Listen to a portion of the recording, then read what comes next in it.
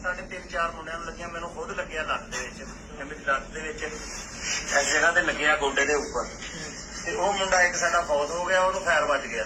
ਤੇ ਇੱਕ ਮੁੰਡਾ ਸਾਡਾ ਜ਼ਖਮੀ ਆ, ਰਫੀਕ ਉਰਫ ਝੰਡਾ। ਤੇ ਲਿਹਾਜ਼ਾ ਇਹ ਸਿੱਧਰਾ ਉਹਨਾਂ ਨੇ ਕਿਹਾ ਜੀ ਸਿੱਧਰਾ ਨਾਲ ਗੱਲ ਕਰੋ। ਅਸੀਂ ਕਿਹਾ ਜੀ ਸਿੱਧਰਾ ਨਾਲ ਗੱਲ ਨਹੀਂ ਕਰਨੀ। ਇਸੇ ਗੱਲ ਤੋਂ ਉਹਨਾਂ ਨੇ ਗੋਲੀਆਂ ਚਲਾਤੀਆਂ ਵੀ ਤੁਸੀਂ ਕੌਣ ਹੁੰਦੇ ਆ ਸਿੱਧਰਾ ਨਾਲ ਨਹੀਂ ਗੱਲ ਕਰਨੀ। ਤੇ ਸਿੱਧਰਾ ਨੇ ਬੰਦੇ ਭੇਜੇ ਆ। ਸਿੱਧਰਾ ਨਾਲ ਸਾਡਾ ਕੋਈ ਮਾਮਲਾ ਨਹੀਂ, ਅਗਰ ਕੋਈ ਮਾਮਲਾ ਹੈ ਸੀ ਤੇ ਉਹ ਆ ਕੇ ਸਾਡੇ ਨਾਲ ਬੈਠ ਕੇ ਗੱਲ ਕਰਦੀ। ਸਾਡੇ ਕੋਲ ਕੁਝ ਬੰਦੇ ਸਿਆਣੇ ਵੀ ਸੀ, ਉਹਨਾਂ ਨੇ ਕਿਹਾ ਬੈਠ ਕੇ ਸਾਡੇ ਨਾਲ ਗੱਲ ਕਰੋ, ਤੇ ਉਹਨਾਂ ਨੇ ਸਾਡੇ ਨਾਲ ਬੈਠਣ ਦੀ ਬਜਾਏ ਸਾਡੇ ਨਾਲ ਧੱਕਾ ਕੀਤਾ ਤੇ ਲਿਹਾਜ਼ਾ ਇਹਦਾ ਅਜ਼ਾਲਾ ਕੀਤਾ।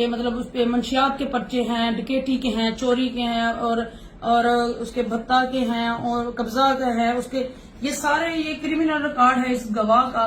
اور یہ سب کس کی بنا پہ کر رہا ہے؟ یہ ایک تو پولیس اس کے ہے پشت پناہی پر، اور دوسرا یہ جو منسٹر صاحب ہیں ہمارے ایکس وزیر داخلہ، اس کی پشت پناہی اور ڈاکٹر نثار کی پشت پناہی پہ یہ سارا معاملہ جو پروپیگنڈا میرے پہ وہ کر رہے ہیں.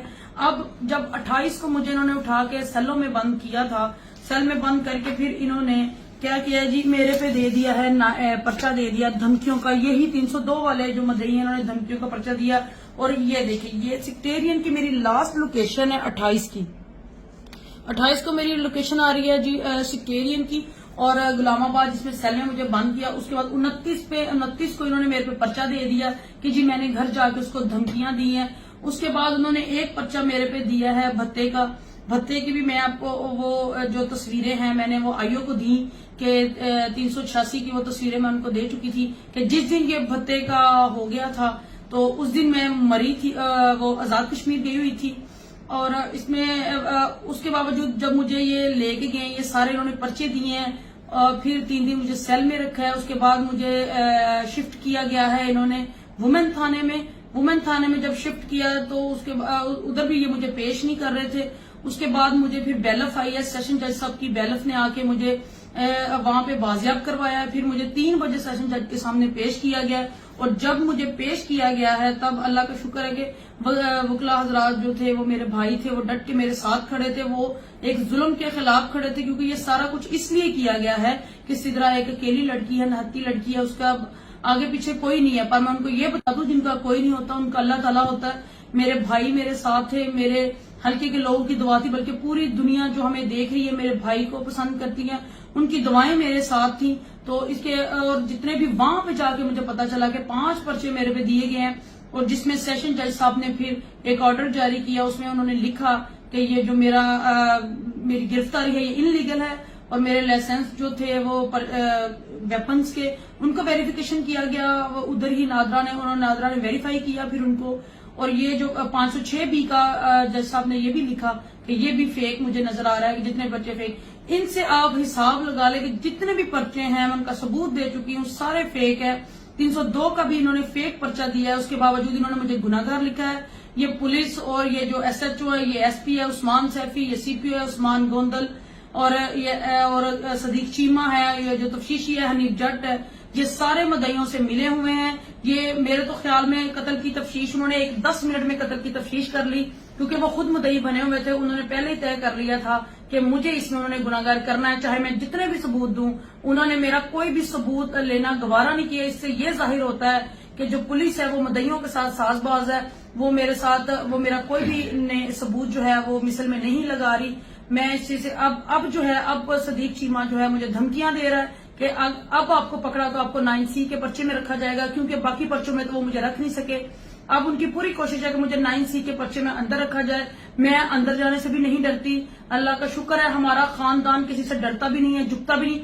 جیل میں رکھ کے اگر مخالفین کو یہ لگتا ہے کہ وہ الیکشن جیت جائیں گے تو انشاءاللہ وہ یہ بھی کر کے دیکھ لیں، مجھے جیل بھی بھیج دیں، کہیں بھی بھیج دیں. انشاءاللہ میری زندگی رہی تو میں الیکشن ضرور لڑوں گی، چاہے جیل میں بیٹھ کے لڑوں. اور جیل میں بیٹھ کے مجھے پوری امید ہے میرے حلقے کی عوام میری آواز کے ساتھ آواز بنے گی. ہر ایک گھر سے سدرا بندیشہ آئے گی، ہر ایک گھر سے چودھری عبدالرحمان بندیشہ اٹھے گا، چاہے میں جیل میں ہوں. جیل میں بھی رہ کے بھی میری اپنے لوگوں سے اپیل ہے، اپنے حلقے سے اپیل ہے کہ اپنی بیٹی اور اپنی بہن کا ساتھ دیجیے گا، کیونکہ جتنا وزیر داخلہ نے میرے پہ ظلم کرنا تھا، نجائز مجھے پھنسوانا تھا، وہ پھنسوا چکا ہے. اب لوگ ہوش کے ناخن لیں اور یہ بتائیں کہ اگر ایک بیٹی کے ساتھ ایسا ہو رہا ہے، ہر ایک کے گھر میں بیٹیاں ہیں، میں بھی آپ کی بیٹی کی طرح ہوں. لوگ دشمن کی بیٹی کی بھی قدر کرتے ہیں. ان کو چاہیے میں بھی بیٹی ہوں، آپ کے حلقے کی بیٹی ہوں، آپ کی بہن ہوں. آپ لوگوں کے سامنے مجھے اس لیے ساری باتیں کرنی پڑ رہی ہیں، اور میں آپ کو بتانا چاہتی ہوں کہ یہ جو ظلم میرے ساتھ کر رہا ہے میرے حلقے کی عوام کو پتہ چلے. اور میں اپنے حلقے کی عوام کو کہتی ہوں اس دفعہ جتنا بھی زیادہ سے زیادہ ووٹ ہے وہ آپ سدرا سعید بندیشہ کو دیجیے گا، چاہے میں جیل میں بھی یہ مجھے لوگ بھیج دیں، پھر بھی میری کمپین جاری رہے گی.